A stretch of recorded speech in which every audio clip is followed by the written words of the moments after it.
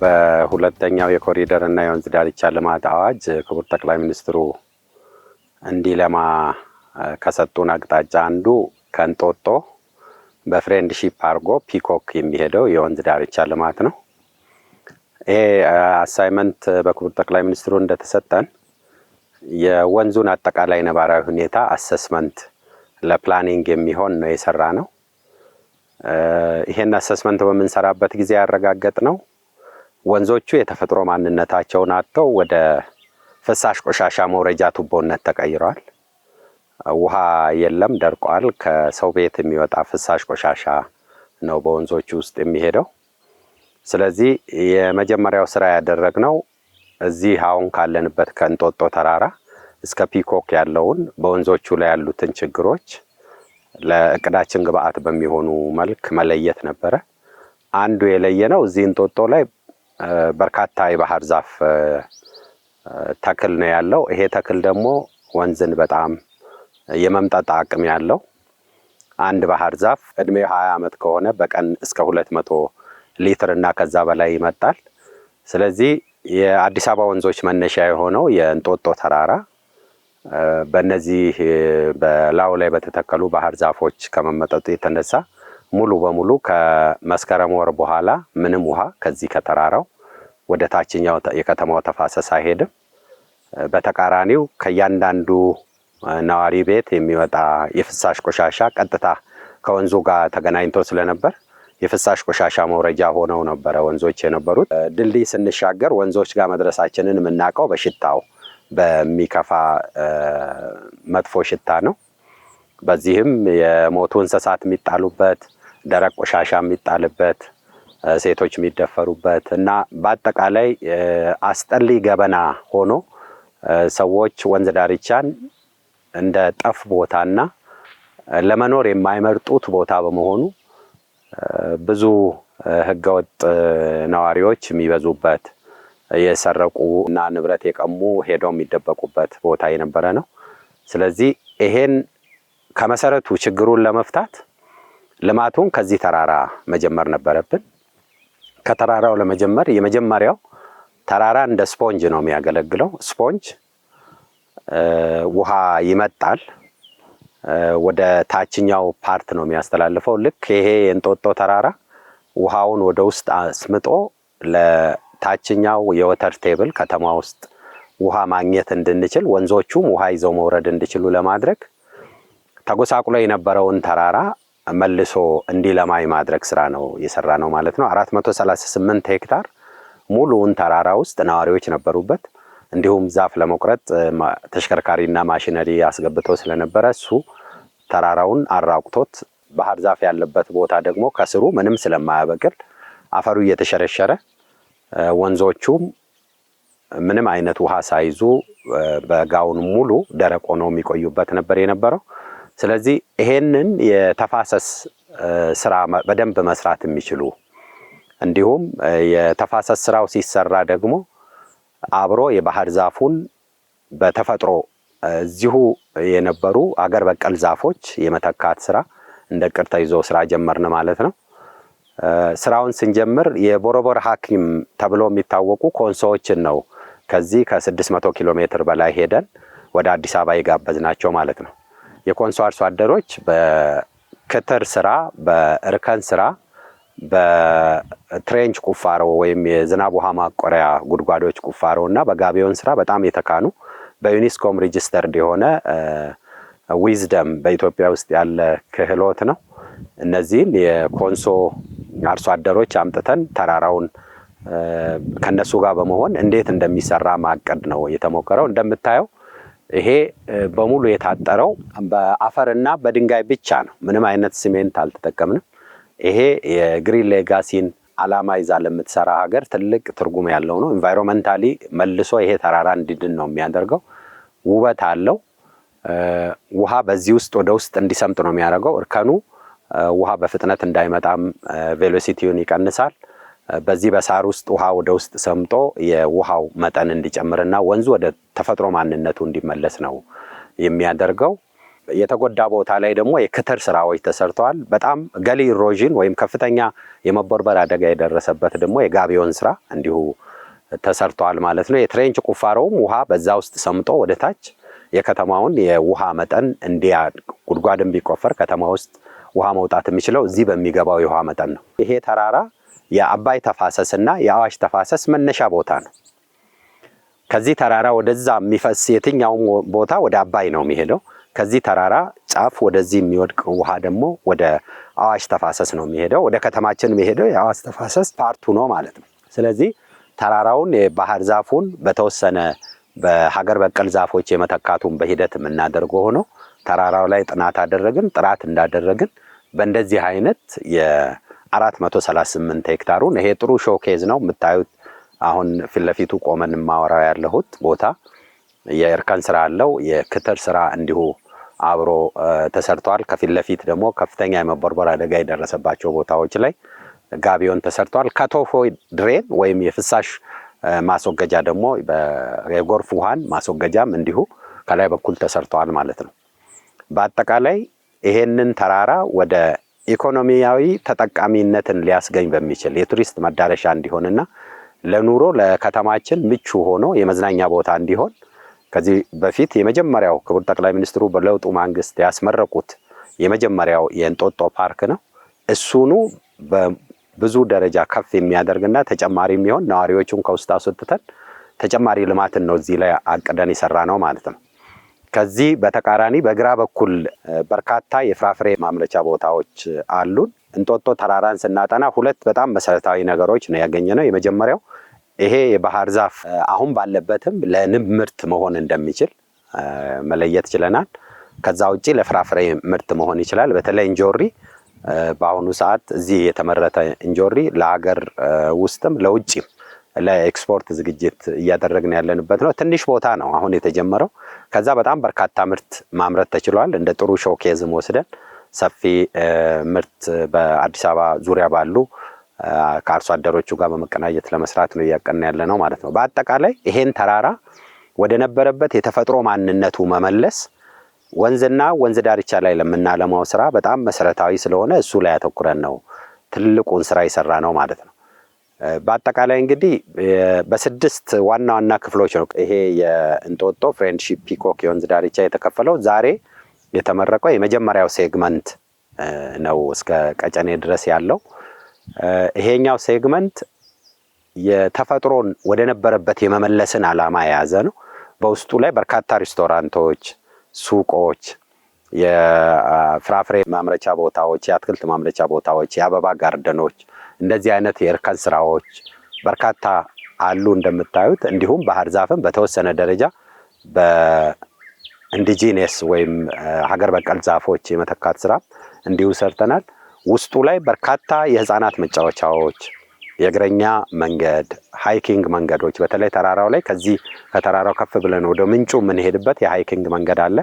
ሁለቱንም መንገድ ተከትሎ በርካታ የሃይኪንግ መንገዶች እዚህ ውስጥ መጥቶ ሯጮችም እንዲሁም ሌላ ማንኛውም የከተማችን ነዋሪ ወይም ቱሪስት መጥቶ ሃይክ የሚያደርግበት መንገድ አለው። የሳይክል መንገድ ከዚህ እስከ ፒኮክ ድረስ ይዘልቃል። በአጠቃላይ ወደ 1038 ሄክታር ነው። እንግዲህ ይሄ አንድ መለስተኛ ከተማ የመገንባት ያህል ነው ማለት ይቻላል። ዛሬ ያየነው ግን አንደኛውን ሴግመንት ብቻ ነው ዛሬ የተመረቀው። በቀጣይ ሁሉም በመጠናቀቅ ላይ ናቸው። ወደ 98% አካባቢ ነው አሁን አፈጻጸሙ ያለው እስከ ፒኮክ ያለው ማለት ነው። የእግረኛ መንገድ በስፋት አለው። በርካታ ድልድዮች እዚህ ላይ ተሰርተዋል። የእግረኛ ድልድይ፣ የሳይክል መሻገሪያ ድልድዮች እንዲሁ የተሽከርካሪ ድልድዮች ተሰርተዋል። በተለይ እዚህ ጉለሌ ክፍለ ከተማ አሁን ካለንበት ቦታ ጀምሮ ወደ ታች የኮኔክቲቪቲ ኢሹ እርስ በርስ በማዶና በወዲህ ያሉ ዜጎች የመገናኘት ጥያቄ ነበር።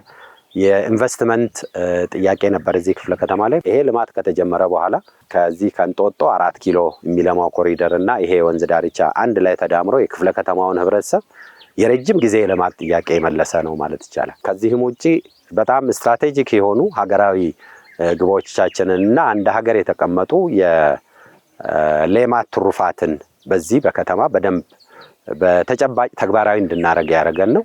በርካታ የንብ ምርት አለ። ወደ 200 ቀፎዎች በወንዝ ዳርቻ ሲኖሩ የነበሩ ማር የሚያመርቱ የነበሩትን ነው እዚህ ወደ እንጦጦ መጥተው ማር እንዲያመርቱ ያደረግነው።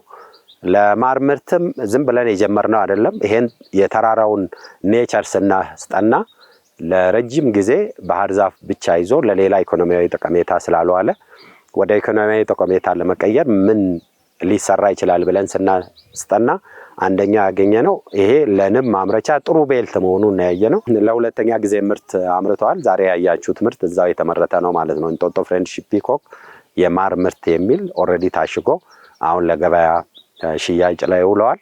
እንዲሁም የእንጆሪ ምርቱ ለሀገር ውስጥም ለትልልቅ ሆቴሎች እየቀረበ ነው ያለው። ለኤክስፖርትም የሙሉ ዝግጅት ስራው አልቋል። በፓብሊክ ፕራይቬት ፓርትነርሺፕ ነው የተሰራው። እንግዲህ እንደ ከተማ አስተዳደር ይሄንን ስራ ስንሰራ በጣም ከፍተኛ የሆነ ኢንቨስትመንት ነው ይሄ ስራ የሚጠይቀው። ኢንቨስትመንቱን ሌሎች በከተማ ላይ የምናደርጋቸው የሆስፒታል ግንባታዎች፣ ሜጋ ፕሮጀክቶች፣ የኮሪደር ልማቶች፣ የምገባ ስራ፣ የተማሪዎች ሙሉ የትምህርት ቤት ፋሲሊቲ ማቅረብ፣ የትራንስፖርት ሰብሲዲ፣ ሰው ተኮር የምንላቸው የምገባ ስራዎቻችን በሙሉ ሳይቆሙ ጎን ለጎን ነው የሰራ ነው። ይሄን ከሰራንበት አንዱ በጣም መሰረታዊ የፓብሊክ ፕራይቬትን ፓርትነርሺፕን በዚህ ላይ በተገቢው አሳትፈናል ማለት ነው። የግሉን ዘርፍ የዚህ የልማቱ እንቅስቃሴ አካል በማድረግ በደንብ ሰርተናል ማለት ነው። ከዛም ውጪ ይሄኛ የወንዝ ዳርቻ ልማት ከዚህ በፊት በኤይድ ክቡር ጠቅላይ ሚኒስትራችን አስጀምረውት ነበር። ሳይሳካ ሲቀር በራሳችን አቅም እንድንሰራ ነው አቅጣጫ የሰጡን። እኛ ይሄንን ስንሰራ ከዚህ በፊት በኤይድ ተጀምሮ ከነበረው ስኬል በብዙ አሳድገን አልቀን አሳምረን ስፋቱን እስከ 1 ኪሎ ሜትር የሚደርስ ከወንዝ ዳርቻ በሚርቅ በጣም ሰፊ የሆነና ኢኮኖሚያዊ ፋይዳ በሚያስገኝ ዘላቂ ማህበራዊ ኢኮኖሚያዊና ከባቢያዊ ኢንቫይሮንመንታል ኢምፓክት በሚያመጣ ደረጃ ነው ያለማ ነው። በዚህ ላይ የአዲስ አበባ ባለሀብቶች በስድስቱም ሴግመንቶች ነው መገልጽ ያለሁት። ይሄን ወደ 4 ቢሊዮን የሚጠጋ በቀጥታ ለዚህ ለወንዝ ዳርቻ ልማት ሰፖርት አድርጓል ማለት ነው። ይሄ የሚያሳየን እኛ አቅም አለን፣ ኢትዮጵያ አቅም አላት፣ ከተማችን አቅም አላት። የኛ ባለሀብቶች በፈጠሩት አቅም ከከተማው ልማት ጋር ጎን እየቆሙ ነው ያሉት። አንዳንዶች በቢሊዮን ነው ኢንቨስት ያደረጉት። ሁሉም ደግሞ በአጠገባቸው ያለውን በማልማት ተባብረዋል። ስለዚህ የመንግስትና የግል አጋርነትን እንዲሁም የግለሰብን ተሳትፎ አካተን ነው ይሄንን ማሲቭ የሆነ ከተማ የሚያክል 1038 ሄክታር አጠቃላዩን ነው ማነሳው ዛሬ የተመረቀው። ከዛ ውስጥ 590 አካባቢ ሄክታሩ ነው የተመረቀው። ወደ 9.6 ኪሎ ሜትሩ ዛሬ ተመርቋል ማለት ነው። ለአብነት ያህል 7 ማጣሪያዎች አሉን በዚህ በወንዝ ዳርቻ ላይ የሚሰራው በቀን ወደ 70,000 ሜትር ኪዩብ ውሃ ማጣራት የሚችሉ የሲቪል ስራቸው በአብዛኛው አልቆ በአሁኑ ሰዓት ማሽን ለማስገባት ዝግጅት እያደረግን ያለንበት የወንዙን ሽታ በዘላቂነት አስቀርቶ ውሃውንም ለሌላ ጥቅም እንድናውል የሚያደርግ ልማት ነው።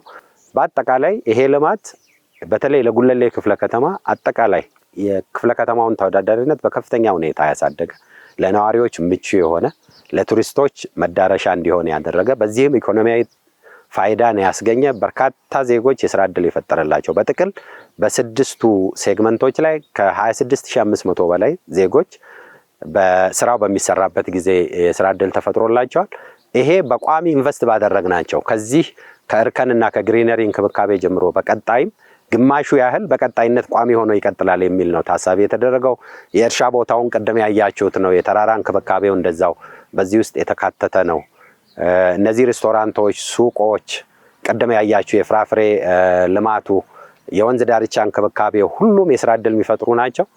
ወደ ታች በምንሄድበት ጊዜ በተለይ ወደ ፒኮክ በምንደርስበት ጊዜ በከተማችንም በሀገራችንም ዩኒክ የሆነ የፕሮጀክቶች ኮክቴል ሰብስበን እያለማን ያለንበትና እጅግ አስደማሚ ልማት ያካተትንበት ነው። እስከዛ ድረስ እጅግ በርካታ ለከተማዋ የሚያስፈልጉ ለጤንነት፣ በምግብ ዋስትና ከሀገራዊ ስትራቴጂክ ግቦች ጋር የተናበቡ በርካታ ስራዎች ተሰርተዋል። በተለይ የጉለሌ ክፍለ ከተማ ከመንገድ ኮኔክቲቪቲ ላይ ከልማት ተደራሽነት ጋር የሚያነሱትን ጥያቄ በስፋት የመለሰ ህፃናትን ማዕከል ያደረገ ወደ 37 የህፃናት መጫወቻዎች በዚህ ስትሬች ላይ ብቻ አለ። ይሄ ማለት ለህፃናት ነገ አዲስ አበባ ምርጧ የህፃናት ለማደግ ተመራጯ ከተማ ብላ ክብርት ከንቲባ በያዘችው ቪዥን ውስጥ የተካተተ ነው ማለት ነው። በአጠቃላይ በዚህ ልማት ላይ በርካታ አካላት ተሳትፈዋል። ከዚህ ስፍራ ላይ የተነሱ የልማት ተነሺዎች ፈቃደኛ ሆነው በርግጥ የተሻለ ህይወት ገጥሟቸዋል። መብራት ካልነበረበት፣ ምቹ ሁኔታ ያልነበረበት፣ ለፍለድ ተጋላጭ ከሆኑበት፣ የፍሳሽ መስመር ባሌለው ሁኔታ ሲኖሩ ነበረ። አብዛኞቹ ሌጋል ሴትለሮች ነበሩ። እነዚህን ጭምር አንስተን በከተማ ቦታ ሪሎኬት አድርጎ ተሰጥቷቸው ህይወታቸው እንዲቀየር አስችሏል። ከነሱ ጨምሮ በርካታ አካላት ተባብረዋል። በርካታ ሰዎች በቀጥታ የቤተክርስቲያን ሰዎች ድጋፍ አድርጓል። በዚህ ፕሮጀክት ላይ ቦታቸውን በማንሳትና ሪሎኬት በማድረግ እድሳት በማድረግ ሁሉም የመስጊድ፣ የቤተክርስቲያን፣ የሱቅ መኖሪያ ቤቶችን ወደ ሱቅ በመቀየር ሁሉም ተባብረዋል። የወንዝ ዳርቻ ልማት ከሌሎቹ የተለየ ባህሪ የሚያደርገው በተለይ እኛ ልማቱን በጀመርንበት ጊዜ ወንዙን ተጠግቶ ለማልማት የሚያስችል አጠቃላይ ሲናሪዮ አልነበረም። ምክንያቱም የፍሳሽ ቆሻሻ ማስወገጃ ነው አይደለም። ለአመታት ለአመት በሱ ላይ ቆመ ቦታ ላይ ቆመ ልማት ማልማት ለደቂቃ በአጠገቡ ለማለፍ የሚከረፋ ነው። ብዙ የስራ ባልደረቦቻችን እዚህ ላይ ተሳተፉት ታመዋል። ነገር ግን የከፋ ጉዳት የደረሰባቸው አልነበሩም። በተደጋጋሚ ሕክምና ሁሉም ድነው ዛሬን ይሄን ምርቃት ለማየት በቅተዋል። ስለዚህ ይሄ ምድርን መልሰን ሂል እንድናረግ ለዜጎች ደግሞ ምቹ ከተማ እንድንፈጥር ያስቻለንን እግዚአብሔርን ማመስገን ፈልጋለሁ። በጣም ትልቅ ስኬት ነው። ይሄ ለዓለምም የሪቨር አርባን ሪፎርሜሽን የሪቨር አርባን ዴቨሎፕመንት ሞዴል ሆኖ ሊያገለግል የሚችል እንደሆነ ጥናቶች እያስጠናን ያለ ነው።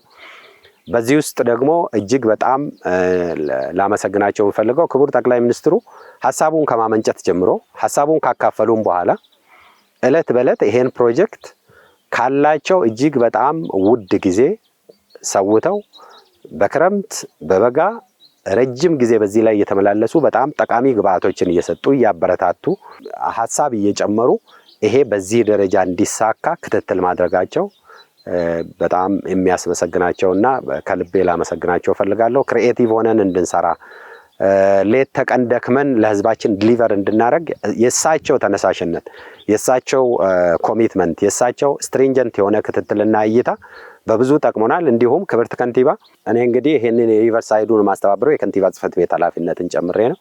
አብዛኛውን ለከንቲባ የሚሰጠውን ድጋፍ በብዙ ቀንሼ ነው እዚህ ላይ ሰራሁት። ይሄን ተረድተው እሳቸው በተጨማሪነትም ሐሳብ እየሰጡ ይሄ እንዲያድግ እንዲሻሻል በጣም ከፍ እንዲል ከጎን በመሆን በማበረታታት ለዚህ ስኬት በጣም ትልቅ አስተዋጽኦ አድርገዋል።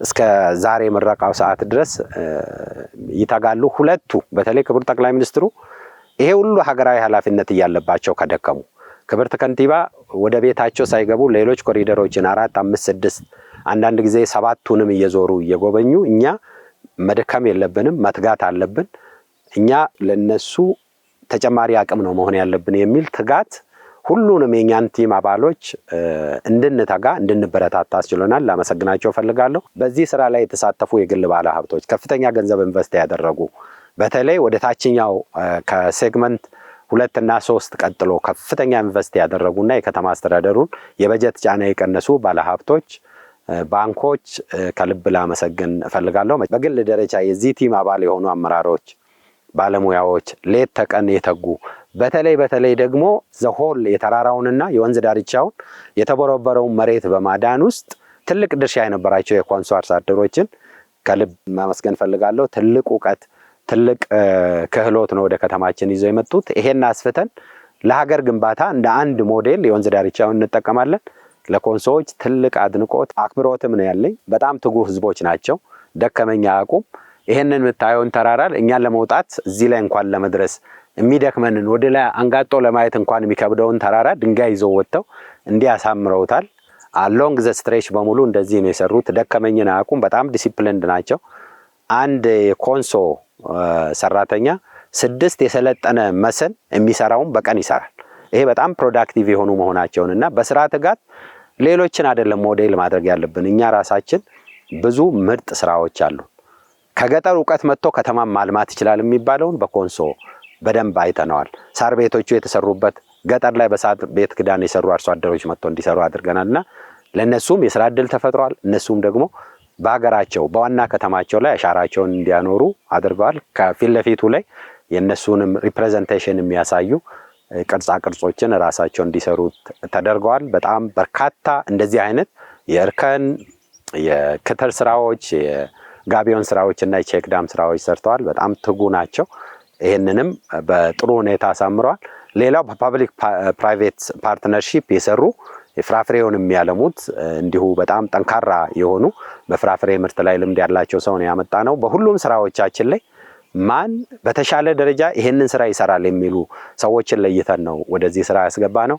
እንዲሁም ይሄንን እኛ ያለማነውን ደግሞ ተከራይተው የበለጠ አሳምረው አብረውን እየሰሩ ያሉ በርካታ የከተማችን ነዋሪዎች፣ ነጋዴዎች አብረውን አሉ። ሁሉንም ከልብ ማመስገን ፈልጋለሁ። ከሁሉ በላይ አዲስ ሚዲያ ከመጀመሪያ ጅማሮ ቁፋሮ ሲቆፈር ይሄ ነገር እንደው ይቻላል ይሆን ወይ እንደው ደክማችሁ ማይሳካ እንዳይሆን ከዚህ በፊት ቻይናዎቹ ሞክረውት አልተሳካም፣ በኤድ ከዚህ በፊት ተጀምሮ ነበር አልተሳካም የሚል ሐሳብ ጫና ያለ ያንን ሁሉ አልፈን ዛሬ ለደረስ ነው ለዚህ አስገራሚ አስደናቂ ለብዙ ከተሞች ሞዴል የሚሆን እንደ አፍሪካም እንደ ዓለምም ሞዴል ሊሆን የሚችል ትልቅ የወንዝ ዳርቻ ልማት በዚህ ስፋት ደረጃ እንድንሰራ በማድረግ እድሉን ባገኘንበት ጊዜ እናንተ ከጎናችን ሆናችሁ በመዘገብ ለህብረተሰቡ በማድረስ ህብረተሰቡ ተገቢውን ግንዛቤ እንዲኖረው የተለያዩ አካላት ለማወናበድ የሚረጩትን ሐሳብ ጭምር በማክሸፍ አዲስ ሚዲያ የሰራው እጅግ የማይተካ ትልቅ ሮል የነበረው ስለሆነ ከልብ ማመስገን ፈልጋለሁ። በቀጣይ እንግዲህ ይሄኛው የመጀመሪያው አንደኛው አሃዱ ብለን ዛሬ የጀመርነው ሴግመንት 1 ነው። ወደ ታችኛው ተፋሰስ ደግሞ በጣም አስገራሚ ሞደርን ቴክኖሎጂ የተጣጣቁ ፋውንቴኖች ያሉት ፓርኮች እና በተለይ የዋይልድ ሳፋሪ ያለበት የፒኮክ ቀጣይ እየመጡ ያሉ ለከተማችን ትልቅ ከፍታን የሚጨምሩ ፕሮጀክቶች ናቸው። ሁሉም እዚህ ላይ ድርሻ የነበራቸውን አካላት እናንተን ጨምሮ በድጋሜ ከልብ ማመስገን ፈልጋለሁ።